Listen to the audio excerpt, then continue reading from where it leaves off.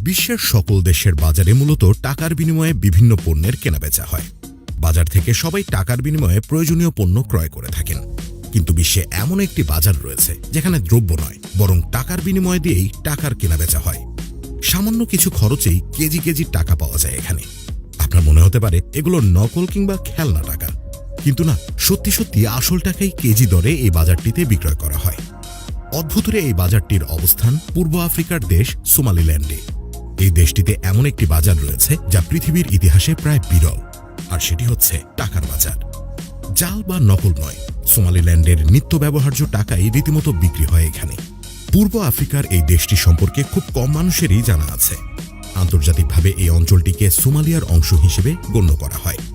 সোমালিল্যান্ডের সরকার নিজেকে British Somaliland অঞ্চলের উত্তরাধিকার রাষ্ট্র হিসেবে দাবি করে, যা অতীতে স্বল্প সময়ের জন্য সোমালিল্যান্ড রাষ্ট্র হিসেবে স্বাধীনতা লাভ করেছিল। সোমালিল্যান্ডের মুদ্রাকে বলা হয় শিলিং। বর্তমানে সোমালিল্যান্ডের মুদ্রার দাম অস্বাভাবিকভাবে কমে যাচ্ছে। 2000 সালে প্রায় 10,000 সিলিংয়ের মূল্য ছিল $1 সমান। 2017 সালের দিকে $1 সমান হয় 9,000 সিলিং। এভাবেই দিনকে দিন দরপতন হচ্ছে সিলিংয়ের। এমন মূল্যহীনতার কারণেই সোমালিল্যান্ডের টাকার গুরুত্ব হ্রাস পাচ্ছে। টাকার মূল্য এখানে এতটাই কম যে সামান্য খরচে বস্তা ভর্তি করে টাকা কিনতে পাওয়া যায়। দেশের আর্থিক কাঠামোর অবনতির কারণে সৃষ্টি হয়েছে এমন বাজারে। খোলা রাস্তায় দিনে দুপুরে ডলার কিংবা ইউরোর বিনিময়ে কেনাবেচা করা হচ্ছে টাকা। সামান্য কয়েকটি ডলার বা ইউরো খরচ করলেই পাওয়া যাচ্ছে কেজি কেজি টাকার নোট, যা বহন করতে প্রয়োজন পড়ে বস্তার, আবার কখনো প্রয়োজন পড়ে ঠেলাগাড়িরও। সোমালিল্যান্ডের টাকার মূল্য এতটাই কম যে নিত্য প্রয়োজনীয় দ্রব্য সামগ্রী কিনতে গেলেও বস্তা বস্তা টাকার প্রয়োজন পড়ে। টাকার এত কম মূল্যের কারণে রাস্তার ধারে বিক্রি করা টাকার আলাদা কোনো নিরাপত্তার প্রয়োজন পড়ে না, কারণ কম মূল্যবান এই টাকার চুরি হবার কোনো আশঙ্কাই নেই।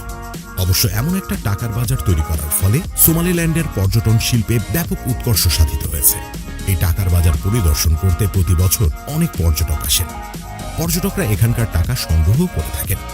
সোমালিল্যান্ডে 500, 1000 টাকার নোট প্রচলিত আছে। এখানে কোনো সরকারি ব্যাংকিং ব্যবস্থা নেই, তবে বেসরকারি ভিত্তিতে মোবাইল ব্যাংকিং ব্যবস্থা চালু হয়েছে। যেহেতু সোমালিল্যান্ডের দ্রব্য ক্রয় করার জন্য অনেক বেশি পরিমাণ টাকা বহন করতে হয়, তাই এই ঝামেলা এড়াতে দুটি বেসরকারি প্রতিষ্ঠান মোবাইল ব্যাংকিং ব্যবস্থা চালু করেছে। তবে বর্তমানে পরিস্থিতি বদলাচ্ছে। সোমালিল্যান্ড এখন ডলারাইজড হচ্ছে। 1 বছরের মধ্যে মোবাইল মানির ব্যবহার 40% দাঁড়িয়েছে। ভারতের আনন্দবাজার পত্রিকার মতে বর্তমানে 1 মার্কিন ডলারের দাম প্রায় 581 সিলিংয়ের কাছাকাছি। ফলে টাকা কেনাবেচার এই ব্যবসা এখন অনেকটাই বন্ধ হওয়ার পথে।